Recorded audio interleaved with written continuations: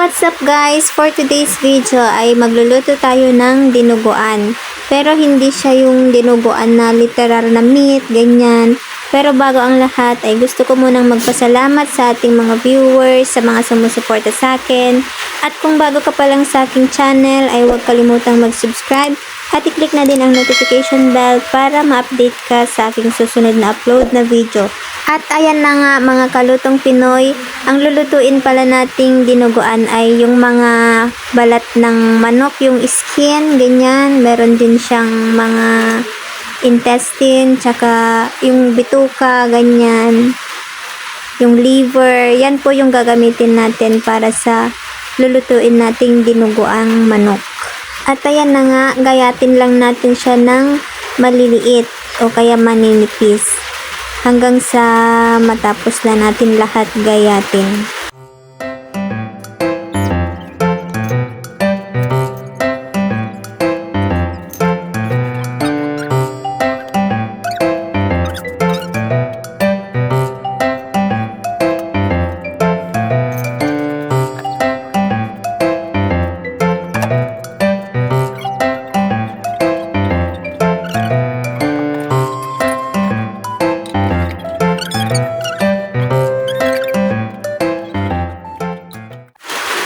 Mag-ready naman tayo ngayon ng sibuyas at saka luya.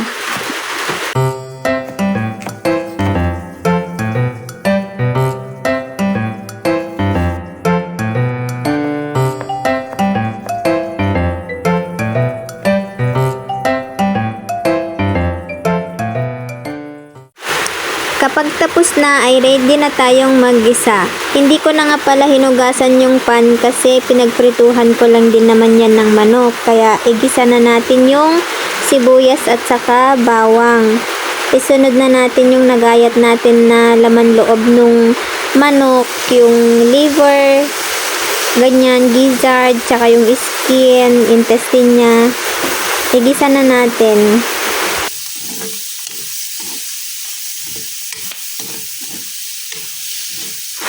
Haluin lang natin para maigisa ng maigi. At pagkatapos nga pala nating maigisa ay pwede na natin siya lagyan ng paminta.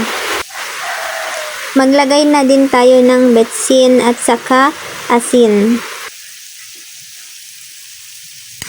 And then, haluin din natin ulit para mag-combine lahat ng mga ingredients na nilagay natin para manuot sa ating niluluto, para magkalasa yung laman. At kung sa tingin natin ay na-absorb na nung niluluto natin yung nilagay natin na betsin at saka asin, ay pwede na natin itong lagyan ng tubig para lumambot yung niluluto natin na laman loob ng manok. Hayaan lang natin na mag-evaporate yung tubig niya at hayaan natin na mag-crispy or mag-crispy or golden brown na yung ating niluluto bago natin ilagay yung dugo. At this point mga kalutong Pinoy ay pwede na natin ilagay yung dugo ng manok. Ayan, dahan-dahan. Ayan, i-mix natin para hindi masunog yung dugo ng manok na nilagay natin. Pwede rin tayo maglagay ng siling labuyo or basta yung maanghang para magkaroon ng konting sipa or anghang yung ating niluluto, guys. Hayaan lang natin na kumulo para malesen ng kaunti yung sabaw niya at maya-maya lang guys ay pwede na natin itong i-serve.